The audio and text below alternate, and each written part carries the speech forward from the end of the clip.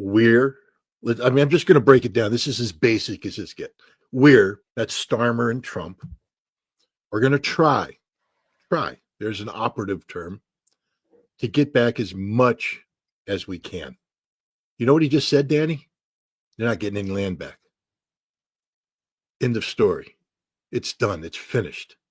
The Russians have put forward a steadfast, unchangeable, unmovable position that every piece of territory, every inch, or I guess the Russians use centimeters of territory that is Russian constitutionally will be Russian in perpetuity. And they're not going to budge on that, and Trump's not going to budge either. He has Starmer there. Look, Macron was there the day before. Trump said things as well. None of that's going to happen. This is a negotiation that's being run by other people. Right now, Donald Trump is playing, head of state, and he's holding the hands of two European allies who have just folded like a house of cards. Again, remember, a week ago, Macron and Starmer were going to send 30,000 troops in, come hell or high water. The hell with America. We're going forward. Trump humiliated the guy. You think you can beat him yourself? He asked Starmer, and everybody laughed because everybody knows that the British Army, some 75,000 strong, only 26,000 of whom can actually deploy in a combat position, can do nothing, zero, squat. And that's what Starmer got, nothing, zero, squat. The person that matters is Steve Wickoff, and he's come out and he has said that the document that's guiding the Trump position isn't the Kellogg document. It's the April 2022 peace treaty that almost was. He said that was almost a done deal, and that's what they're relying on. So if people want to know what's going on, it's that document updated with what Vladimir Putin said is present day reality. Is Trump going to make an opening gambit saying, hey, let's get some terrible. Let me ask you this too, Danny. Is there a ceasefire right now? No, there is no ceasefire. There's still not going to be a ceasefire either. Going on. There won't be a ceasefire until this is done. And Ukraine has, two options.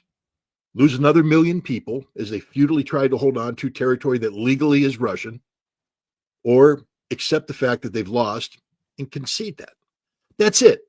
There's nothing else going on here. Trump didn't say anything. I just parsed it out for you. He didn't say anything. And people are blowing that up, saying he's surrendering, he's caved in, the British this, he's betraying. He hasn't done anything. The Russians and the Americans have agreed that the first thing they're going to do is normalize diplomatic relations. The second thing they're going to do is develop economic relations. And the third and final thing they do once they have this foundation of trust is bring an end to this conflict. And I think this is, basically Trump telling the Russians, hey, get to work. Finish this thing. Do what you need to do to make the negotiation that much easier. Because frankly speaking, it's going to be a tough negotiation for Trump to come in, for his people to come to a table when it's time to negotiate. And the Ukrainians are still holding on to Zaporizhia city and the right bank of Kherson. Because at that point in time, the Ukrainians are going, well, we didn't agree with the referendum. The Russian Constitution doesn't trump the Ukrainian Constitution. We still occupy this land. Why are we giving it up? And that's a tough that's a tough hoe to row. But I think what we're looking at right now though is desperation on the part of the Ukrainians. You see Zelensky now, Starmer, Macron coming over here trying to get Trump to move forward on this peace plan. Trump's not going anywhere on this peace plan. Not going anywhere on it. They're not even talking about it right now because he's going to let again, Putin said it's the 2022 Istanbul communique updated to present reality. And I think what Trump is saying is let's get the present reality sort of updated when we sit down. But that's it. I don't know why people are. I've just looked at the panic and I'll just bring up another thing. Vietnam. Paris peace talks began in 1968. They ended in January of 1973. 5 years. Donald Trump has done more in 1 month than anybody has ever done in any peace negotiations in the history of modern warfare. More in 1 month. He has resolved the most difficult issue out there, NATO. So what the hell are people talking about here? Where's the panic? Where's the uncertainty? Where's the betrayal? Where's this? Calm down, everybody. Donald Trump said he wants peace, and he's going to get peace. And it's going to be a real peace, not a fake peace, not a peace that's cobbled together rapidly to appease all the panickers on X, but a peace that lasts forever. In order to do that, you need things like security guarantees, not the kind that Starmer and Macron are talking about, but the innovative kind that Donald Trump's talking about. Economic-based security guarantees that ties the United States to Ukraine and to Russia simultaneously in a way that's economically beneficial for all parties involved. That's how you stop a war, not by putting European peacekeepers on the ground. So I think Donald Trump is just moving forward brilliantly on a pace that's realistic, on a very aggressive pace, and one that's going to see a lasting peace brought out. And there's no evidence out there that suggests that I'm wrong in my analysis. Everything actually supports what I'm saying. Well, you mentioned this idea of history, seeing the United States be engaged in long peace talks. And when you mentioned the example of Vietnam, it made me think that there wasn't very much peace during that process. The war dragged on a lot. There was many, many, many more killed. Do you find that this is going to be a similar situation then? Because it seems like neither side right now is in a huge rush. And even Donald Trump himself has said that, and I'll play this for you, Scott, just so we can. This was during the talks about the mineral deal. Here's what he had to say about arming Ukraine. Security on our money. We're going to have it secured by, they have rare earth and they have oil and gas and they have a lot of other things. And we're asking for security on our money. So does it mean you are not sending any They've more agreed to it. Ukraine has agreed to it. Does it mean you are not sending any more aid to Ukraine? No, we are, but we want it secured. And the money is going to be secured. When will the U.S. stop sending funding? When will the U.S. stop sending? Because if we didn't do that, then Putin would say he won. We're the thing that's holding it back. And frankly, we'll go as long as we have to go because we're not going to let the other happen. So as long as we have to go, I want your thoughts on that, because what do you have to say to those who are questioning why the arms and the aid to Ukraine continues even to this point where it seems like Trump has said that he wants peace, and one of the quickest ways to peace is to stop the flow of the weapons? You know, first of all, we have to, I think, can we reach an agreement that Donald Trump is oftentimes inarticulate? Sure. And that when he speaks, sometimes his words become sort of a mumbo jumbo of ideas and concepts. So let's throw that there. So what I'm asking you to do right now, working with me, is throw away that entire statement for a second and let's just talk reality. There's a budget right now that the House of Representatives, because last time I checked, the way the system works, I think the House has to pass a budget authorizing money to be expended to buy weapons. You know how much money is in that budget for Ukrainian weapons? How much? Zero. So you know how many weapons Ukraine's going to get in the next 6 months from the United States? Zero, nothing. There's nothing in the pipelines. They're squeezing out what was already authorized. Much of that has had a hold put on it. What Donald Trump is saying in his word salad is that we've got $350 billion. You know, I don't know the economics of the rare earth minerals, but that's a number he likes to throw out there. Some people dispute that number, but he says that's our security. And the other thing he's saying is that money, that 350, can open the door for Ukraine to buy weapons. They're going to pay for the weapons. Again, let's just go back to basics here. What's Donald Trump's fundamental thing here? We're done paying for the security of Ukraine. Are we in agreement on that? Are we? I mean, I think you should agree with me because that's where he's at. We, the United States of America, are done paying for Ukraine's weapons. We're finished. It's done. It's over. If Ukraine wants our weapons, and we have beautiful weapons, we have the best weapons in the world, and we can offer those weapons to them so that you have to pay for it. And the way you pay for it is through this deal. That's what he's talking about. He's talking about long-term security agreements. He's not talking about continuing to fund the Ukrainian army so they can continue to resist Russia, because we're not funding the Ukrainian army. We're done with funding. We dropped out of Ramstein. I just want to remind people of that.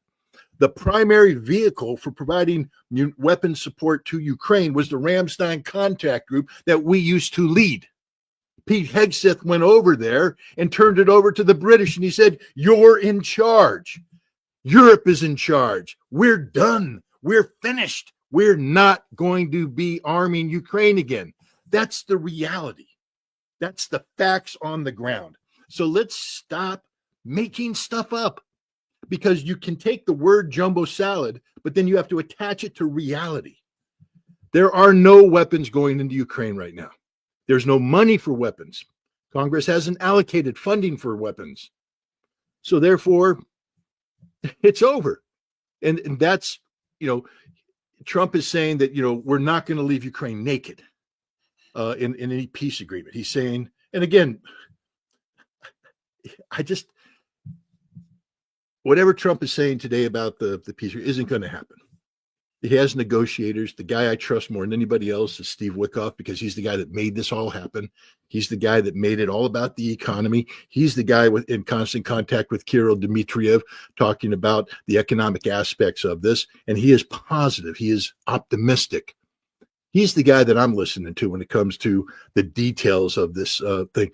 There is no peace negotiation taking place right now. Everything Donald Trump is saying is just mumbo jumbo. There's no peace negotiation. The Russians have said the United States hasn't put anything on the table, and there have been no follow-on meetings. The meeting they had, I think today, in 6.5 hours in Istanbul, between the State Department and the Russian Foreign Ministry, was about the restoration of diplomatic relations, which is a prerequisite for any peace talks, because you have to have the connectivity between the Russians and Americans diplomatically before you can get into the complex business of having peace talks. So they're going to do this first. Meanwhile, today, the Russians slaughtered thousands of Ukrainians, captured more villages, dominant position, establishing fire control of the last remaining line of communication in the Kursk, and on and on and on and on and on. And the Ukrainians are in a panic. Zelensky, before he came over here, fired all of his generals, because they're not getting the job done. And I think people, here's where I think there's so many people out there that hate Donald Trump, despise Donald Trump, that they just want him to fail.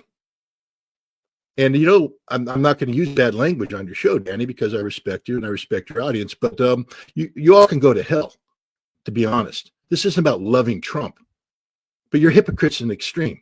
You say you want peace. Oh, we believe in peace. We want peace. We want the war to end. There's one guy that's making that happen right now. His name's Donald Trump, but you hate him so much that you're desperately trying to pull things out of thin air to make it look as though he's a failure, that he's a liar, that he's a hypocrite, that he's doing the exact opposite. The facts just don't align up for the people that are, voting against Trump. The man is on a singular path towards peace. Let me give it again. I just want to get the basics here, because people, you have to stop making stuff up.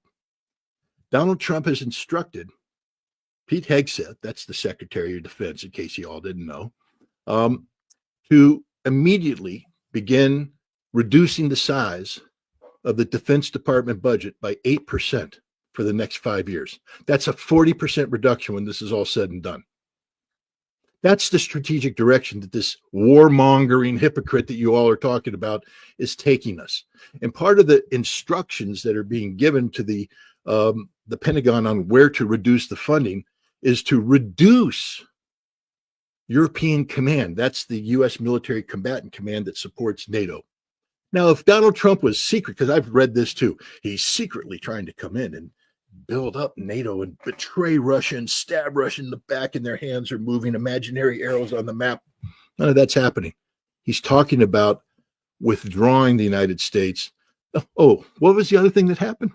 That's right. We defunded NATO. Whoa, what about that, guys? All the secret war plans that's pretty damn clever of Donald Trump. a secret war plan against Russia based upon lies and hypocrisy, but he's defunding NATO as we speak. And, oh, geez, is he helping the European Union? Nope, he's going to put tariffs on them as well. Guys, get on board. Stop hating Donald Trump and start supporting peace, because that's the direction he's taking us, the direction you all claim you want to be going on. You know, this is a man who is talking about, you know, preventing World War III. I remember, Danny, when we were talking in September, October, November, how worried we were about nuclear war and how worried your audience was about nuclear war. Oh my God, nuclear war. It has to be stopped. Joe Biden's a threat. Well, the man that stopped it, his name is Donald Trump. He stopped it. We're not at that same level right now. He is saying, I don't want a nuclear war. And he is talking about nuclear disarmament. How can you have nuclear disarmament talks with Russia? The kind that he's talking about sweeping, when you're seeking to betray them with imaginary arrows and maps and designs and all this stuff. Stop it. There's diplomacy taking place right now. With the French, guys, Macron flew in, had an imaginary meeting with Donald Trump and flew home with nothing. Nothing. Starmer flew in, had an imaginary meeting with Donald Trump and flew home with nothing. Zelensky's here. He's going to have an imaginary meeting with Donald Trump and then go home with nothing. That's the genius of Donald Trump. He just took the three biggest diplomatic problems we have when it comes to resolving this. There was a fourth one. That was the foreign minister of the European Union who came in to meet with Marco Rubio. Rubio said, no, we ain't meeting. I'm sorry, I don't have time for you. Whoa, what does that mean? It means Trump is playing, you know, the politics of diplomacy right now, receiving people, holding their hands, laughing, making them feel good, sending them home with nothing. Absolutely nothing.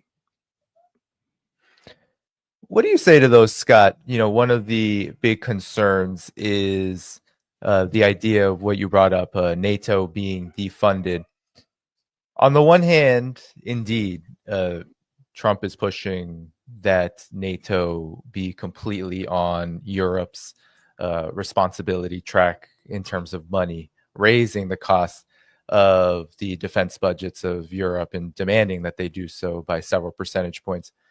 But what do you say to those? Because I've thought about this too, is a lot of those defense budgets that are going to be raised are going to be spending money, I believe, on U.S. weapons. Do you feel like that this could be, or what's your response to those who may feel like this may be the United States stepping back in terms of its leadership role, quote unquote, but still fueling the kind of militarization in Europe that brought us to this point in the first place? What would you say to them? I don't know what they're talking about. How's the United States? I'm confused.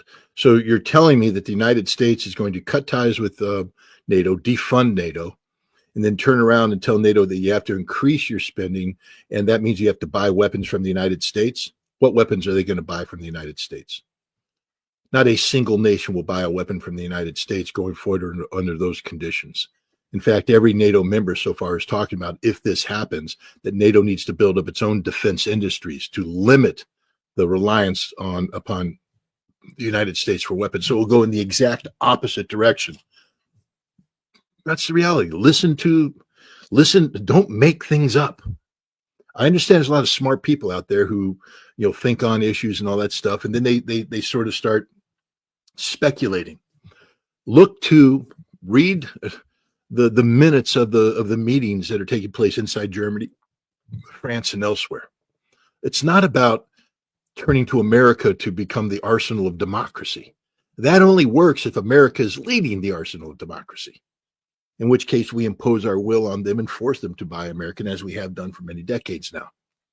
But now, if they're going to become a European security alliance, they need European defense industry, and that's what every single European nation is talking about right now. The need to build up their own indigenous military industrial capacity so that they're not beholden to the United States. That's the direction, and that's the genius of Donald Trump. I know the comments. Scott Ritter sold out to Donald Trump. Again, screw you guys. You don't know anything about me, and you don't know anything about my position with Donald Trump. Because if you did, you wouldn't say that. If you've read what I've written about this guy, you'll know that I have huge problems with Donald Trump. But on the issue of peace and preventing and stopping this war, you show me where I'm wrong. Stop saying I'm in love with Trump and show me where I'm factually wrong. And you can't, because I've done my homework. This is everything that's happening here is what has to happen. It's the only way it could happen. And what Trump has done is put Europe in a position where, see, again, I just ask people to reflect. How do you have peace? Genuine peace, lasting peace. Do you have it by putting a bandage over the wound and pretending that the wound is healed, knowing full well that down the road they're going to take the bandage off, pick off the scab, and the wound's going to be festering there and just come right back at you? Or do you have to heal the wound? So if you want to have true peace in Europe, you can't, it's about solving the Ukrainian problem so it doesn't manifest itself again, and ending the cycle of animosity and adversarial relationship between Europe and Russia. Ending it. Donald Trump is not going to make good with the Russians and enter in trillion-dollar business deals about rare earth mineral exploitation, while at the same time foisting a remilitarized Europe on Russia and getting those guys to fight each other. Do you understand how utterly ridiculous that sounds? But Donald Trump can't come in and dictate to Europe. Europe has to make that decision itself. And what's the best way to get somebody to realize something? Stop underwriting them and make them responsible. How do you get kids to balance their checkbook? Stop putting money in their account. And so at the end of the month, if they go, "Oh, mommy, daddy, I'm $200 shy," you go, "Oh God, here's $200. Oh wow, look, I balanced my bank account." No, you didn't. What you do is you say, "I don't have any money for you. You got to learn to save." Well, I don't know. That's an adult decision. See, Europe has to become adult. And they're going to have to realize that, when Trump was saying you need to come up with 2%, that's because the U.S. was continuing to fund NATO fully, but we wanted you to come up. Now, if we're going to withdraw some of that, you got to take it up to 5%. But if we withdraw totally, you got to take it up to 10, 15%, and none of them can do that. And so now Europe is going to have to look in the mirror and say, we can't afford to have an adversarial relationship with Russia. We can't afford it. And so maybe then they start imagining the world differently, a world where maybe they have peaceful coexistence with Russia. And they de-emphasize the military. They get into economic engagement. They solve their economic problems at home. And now Trump has created the potential for long-term peace and stability. And that's the strategic direction that we're heading. I keep trying to tell people we are in the midst of a revolution. The other thing that people keep coming up is, well, the deep state. The deep state is dead. Have you not been reading what's going on? It's dead. It's dying. It's been hunted down as we speak. 1 month in, guys. And look at what's happened. So, the deep state isn't, sitting there trying to pull the strings. The deep state's running right now. They're being arrested. They're shredding documents. They're panicking. They're resigning. They're unemployed.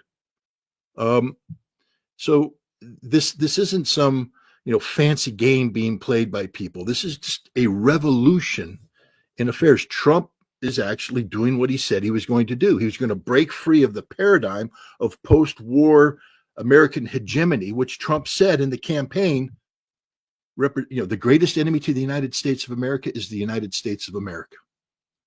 That the rules-based international order has to go. So, my God, he said it, and now he's in doing it, and people doubt him. He's doing what he said he was going to do. It's revolutionary, but nobody seems to be willing to accept this because, my God, if you did that, you might have to say Donald Trump's doing something good. And there's too many people programmed to be unable to even have that thought in their head.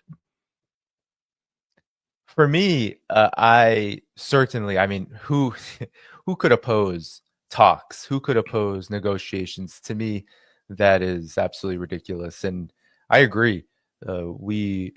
It felt like we were on the precipice of a nuclear conflict not too long ago. And that certainly, at least for the time being, has dissipated. One of the things, though, that has come up that I certainly have suspicions about, given how early it is, we've had U.S. presidents, even just in regards to Russia in the past, move toward normalization and say they want, for example, the Bush administration with the Budapest doctrine and neutrality, and then Obama with the reset. Now, these are under wildly different conditions. There was not a Ukraine conflict raging at the time. But what do you say to those then who say, well, we've been here before with U.S. presidents, and after so many U.S. presidents who have promised and even made concrete action toward enshrining something like neutrality, or saying they're going to enshrine something neutrality, that we just can't take their word for it. We have to either wait and see, or we have to be critical until the final, until the final analysis says that, yes, everything that you just said about peace having broken out happens. Well, first of all, I would never tell people to stop being critical. I mean, one of the most fundamental principles of American democracy is to hold people who have been elected to higher office accountable for what they do in our name. So there's no such thing as a free pass. If you don't think I wake up every morning, if people think I wake up and go, oh, Donald Trump's president, I'm so relieved. I'm not going to do any studying. I'm just going to accept everything at face value and just, oh, dear God, thank you, Lord Jesus, little baby Jesus, for bringing me Donald Trump, who's saving me from the world. That's not how I operate, guys. I've never operated that way. I wake up every morning and I start digging into the facts. I parse out every statement made.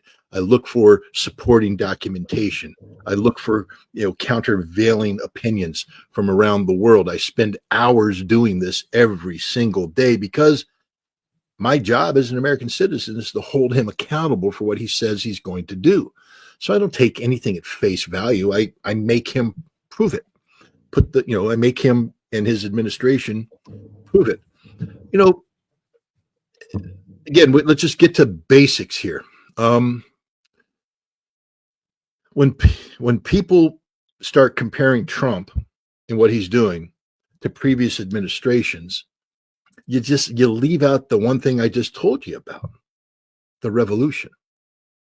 You see, you can't pretend that there's continuity between what happened with the reset of the Obama administration and what Trump's doing. Why? Because there's a revolution taking place. You see, that reset wasn't a reset because the deep state has never wanted neutrality or stability or peace. The deep state has always wanted to bring Russia down. Let's talk about the reset for a minute. You know who the genius was who came up with the reset? His name is Michael McFaul. At the time, Michael McFaul was the Russia desk guy at the National Security Council. He was brought in out of Stanford by Obama to be his Russia guy. Michael McFaul is not a Russian expert. He's a guy who spent some time in Russia. But see, a Russian expert, somebody who appreciates Russian culture, Russian history, the Russian people, the Russian nation, can have empathy with the Russians. Michael McFaul was a Russian exploiter. Michael McFaul came in to his adulthood at a time when the Soviet Union had collapsed, and he was in working with the National Endowment for Democracy and all these other wonderful regime change operations to empower Boris Yeltsin. Michael McFaul is one of the people that created the policies that the Charge d'Affaires Mary wrote about in his 1994 long telegram, the second long telegram, where he said, what we're doing isn't promoting democracy. We're actually destroying democracy and the potential democracy in Russia for our short-term economic and political objectives. We're empowering a dictator. Boris Yeltsin is a dictator. He said that back then. Michael McFaul was a huge supporter of Boris Yeltsin, keeping him propped up. He's one of the guys that helped get Boris Yeltsin reelected in 1996 in the election that we bought and we bragged about buying. So Michael McFaul's that guy. Now, he came in with the reset, not because he wanted to reset relations with Russia, because he wanted to empower Dmitry Medvedev, who had just swapped positions with Vladimir Putin. Vladimir Putin has done his 2 terms, which he's permitted to do by the Constitution, couldn't do a 3rd term. So Dmitry Medvedev was the prime minister, and they agreed on a swap. Medvedev became the president, and Putin became the prime minister for that 1 term, and then they were going to flip back. McFaul said, we don't want Putin back in. Do you see what's happening here? It's not about being friends with Russia. It's about manipulating domestic Russian politics to keep Putin out of power. So the reset was all about bribing Russia and bribing Medvedev to keep Putin away. It got so bad that Obama's vice president, Biden, flew to Moscow in the March 2011 before the and lectured the Russians. He went and met with the political opposition that the CIA was funding, NED was empowering, USAID. See, back then when you said that, but they're just doing good things, Scott. The Russians said, no, they're not. They're doing regime change. That's why we kicked them out in 2012. Well, today we all know they were doing regime change because Donald Trump and Doge, who everybody mocks, went in and ripped the cover off, and we know now that USAID was a regime change operation. The National Endowment for Democracy wasn't doing democracy, it was doing regime change. That the entire thing we called American diplomacy was about regime change, and the Russian reset was about regime change, keeping Vladimir Putin out of office. That was it. It wasn't diplomacy, it wasn't a change of heart. It's what America always did. When it comes to Russia, we had one policy and one policy only: the strategic defeat of Russia. And we disguised it with a whole bunch of other stuff. But at the end of the day, it was just that. We now have a president who says, no, I'm not doing that anymore. I'm not out for the strategic defeat of Russia. I'm out for genuine, peaceful coexistence. This is the real Russian reset that's taking place right now. The real Russian reset. And that's why you can never bring up the past when talking about what's happening today, because there is a firewall now that's been built. It's called the Trump Revolution. He is destroying the deep state that made all that possible. USAID, National Endowment for Democracy, the State Department, it's all been destroyed. It doesn't exist anymore. It's not out there doing bad things. The CIA is paralyzed right now with people running away because he's not playing that game. So we can't talk about the past and compare it to Donald Trump. When you talk about what Trump's doing today, you have to start from scratch. I'm not saying it's perfect. People should be looking at it and judging it critically, but you can't sit there and go, well, the last time we did this, when we tried to do the old Budapest thing with the neutrality, why are you bringing that up? That system no longer exists. Well, Obama tried the Russian reset. Who cares? That system's dead. This is all brand new. And you have to only assess it from what it is today, because there is no linkage between what's happening today and what happened in the past. Yeah, well, certainly I definitely agree that what Trump has done to institutions like USAID has certainly sent them into a tailspin. It has made a real material difference.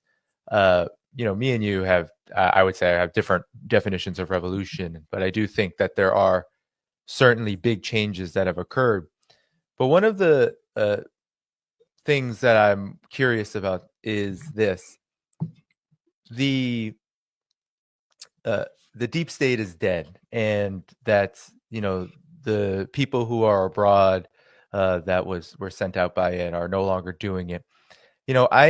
I'm wondering about whether, because that it's so deep, the United States is everywhere in terms of its regime change apparatus.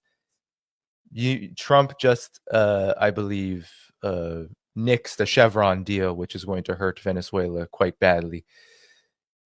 What do you say to people who believe that there could be simply a reorientation of foreign policy away from what was an unsuccessful? And I think this is where, for me, one of the big reasons I see Trump doing a lot of this is because the war's been lost in Ukraine, and there's no way of getting that back. There's no way to change that calculus, but there might be a way of shifting U.S. foreign policy goals, not necessarily in the interest of peace, but toward different avenues. And that for right now, even though USAID and these various institutions have lost a lot of their have lost their funding, have been terminated, there is still this bigger, larger U.S. foreign policy apparatus that still could be redirected to other goals. What do you say to those people? I mean, I am one of those, for one, just because I've seen history play out so much. And you say throw it out, but it's hard for me to throw it out when we are still so early. So what do you have to say to this? Well, let's talk Venezuela for a second. I mean, it's curious. The Biden administration made a. I mean, maybe let's see if we can establish some fundamental points of agreement. That the Biden administration, when they came in, inherited a policy from the Trump administration that incorporated elements of regime change. Can we agree on that? That there were several CIA-backed coups that failed. That the Biden administration was continuing down that policy. Can we agree on this? So we're dealing with the deep state in regime change. And now when we speak of regime change in Venezuela, we're talking about old CIA connectivity with the old families of Venezuela. Guaido came from all that and all that. So we've got that going. Jim Story, you know who Jim Story is, the American diplomat who was, the last guy running the embassy in Venezuela, went to Colombia and set up the Venezuela interest section, which is nothing more than a regime change front for USAID, NED, and the CIA to come in and all that. That's operating full time there. We were sanctioning the hell out of the Venezuelans as well. Their oil. We were trying to shut down their oil economy because we wanted Maduro gone. And then the Biden administration shifts gears. Why? Why suddenly did the Biden administration give oil concessions to Venezuela? Well, for me, was it the price of oil? It was about the economy. It was about oil. It was about the sanctioning of Russia. The fact that I believe some of our refineries on the Gulf Coast are geared towards the sulfuric content of oil that comes out of Venezuela, because Venezuela was one of the largest producers of oil, supplying American gasoline production and diesel production. And when we cut off Venezuela, then we had to go. There was one place in the world that had oil of similar sulfuric content, and that was in the Urals of Russia. But we couldn't buy from Russia, so we had them sell that oil to India, and then India tapped it a little bit, and then we transferred it on the ships and we brought it in. That got to be very expensive and a little bit hypocritical when we're talking about opposing the war in Russia. And so the Biden administration said we're going to give concessions, and then we had an election, where Maduro won, but what we did is we said, we start playing games. I mean, we don't have to get it deep, but do you agree with me that we suddenly had a sort of a weird change in our posture towards Venezuela, one where we gave concessions and we didn't necessarily reject Maduro as the leader? Guaido was sort of pushed to the side and forgotten. Can we agree on that? Yeah, I mean, this is a policy I've seen Democrats do many times in the past. For example, there was the temporary thaw with Cuba, and that ended up actually being just a very cookie cutter, paper thin, a very reversible act, which we saw then Trump reverse very quickly when he went up. But anyway, continue. But we can agree that it wasn't Trump's policy, right? It was a Biden policy. Right. All right, so Trump comes in, looks at it and says, what the hell is this? We gave him concessions for what? What did we get out of it? What's going on here? See, Trump is saying we're going to be buying Russian oil straight from the spigot pretty soon. We don't need Venezuela. We don't need to play games. So see, Trump's and I'm not saying Trump's right, because we know what Trump did before, CIA coups and all that kind of stuff. But Trump came in, took a look at Venezuela policy and said, we got no leverage over them anymore. I mean, if we want fundamental change, we've got no leverage. If we want to create change, and it's not just about change with Venezuela, Trump is thinking strategically in South America on how to position America to be the dominant political and economic power in South America to push back against the Chinese. I think we can agree on that too, that Trump wants to push it back against the Chinese. That's his strategic vision, the American fortress that he's talked about. And so in order to do that, we need to have some leverage over the Venezuela. And so he shut down the concessions. And they said, no, we're not doing that. And, we need Maduro to make some changes in terms of, how things happen.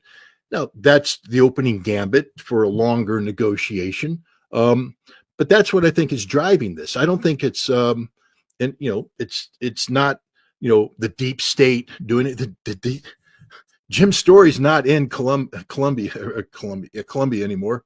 They're not running that regime change thing. That's all been shut down. The USAID has no money. NED's not there anymore. All shut down. It's all shut down. All Trump did is say, we're not playing stupid games. What Biden did was a stupid game, inconsistent. What do we want to accomplish in Venezuela? What's our strategic objectives? And can we achieve that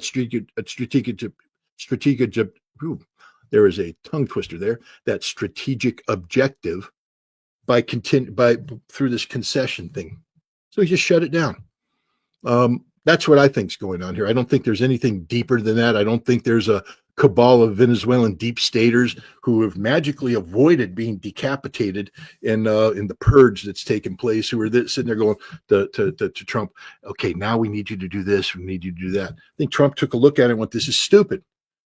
Why did we give them concessions, and what are we getting for that concession? See, he's a zero-sum game guy. He said, we gave away something, we didn't get anything back in return. So we're taking that away until we get something. If you want those concessions, you got to put something on the table for us. And I think that's the direction Trump's heading. I don't think there's any nefarious deep state thing taking place here. Well, it's interesting because in his first term, as you had mentioned, Biden had softened on the Maduro, Juan Guaido, that whole debacle. But it was the Trump administration in his first term which did generate that regime, almost a laughable regime change operation. But it did have its violence, it did have the proxies, it did have that element to it. But when we talk about what you're saying, though, one concern that I have, that I feel the audience has as well, because we've seen this with other iterations of U.S. presidential administrations, the move toward changing U.S. foreign policy, framing it as, let's say, peace or like a game changer or what have you, and actually it becoming more effective. So right now, this zero sum that Trump is promoting with Venezuela, on the one hand, could be seen as, well, the United States wants something out of any kind of policy with Venezuela. On the other, there's still, not only with Venezuela, but also with Russia, there's still all in any U.S. foreign policy flashpoint, there's still these ongoing policies, sanctions on Venezuela. Donald Trump just renewed sanctions on Russia for a year, albeit we have negotiations ongoing. So what do you say to this about the fear of, because I think there is a fear of this, that the United States' foreign policy as an imperial policy becomes more effective under Trump rather than pursuing peace in the medium and long term?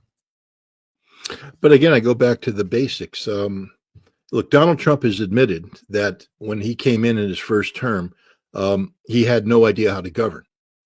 And so what happened is he had to turn to, the establishment to assist him. That's why you got the John Boltons and you got the Mike Pompeos and people to come in, people who despised Donald Trump. And yet they worked for him, supposedly loyal lieutenants, because he had no one else to turn to. He needed to govern. He didn't understand what was happening. So he was taken hostage by the deep state. And the deep state, when he tried something radical, such as the denuclearization of North Korea, he ended up getting stabbed in the back by his national security advisor and by his Secretary of State. When he was looking at policies, he wanted fundamental change with Russia, and the deep state prevented that. The next thing you know, he's sanctioning Russia, selling weapons to Ukraine, doing all this crazy stuff because he's not in control of the foreign policy. The deep state was. And then he left, and he's learning all this, and then he has the deep state for the next 4 years carrying out lawfare against him, trying to destroy him, remove him from power. And what Donald Trump did is retreat back in to a group of trusted loyalists and said, if I'm going to be president again, I cannot have any deep state involvement. We're going to have to go to war with them. It's not just about not bringing them in. We have to fundamentally destroy them. and destroy the apparatus that we can't trust, the apparatus that has actively conspired against him. And that's what he's done. So I don't think there's any relationship between what he's doing today and what he did when he was president earlier, because back then he was literally held hostage by the deep state. And today he's killing the deep state. He's liberating himself from the deep state.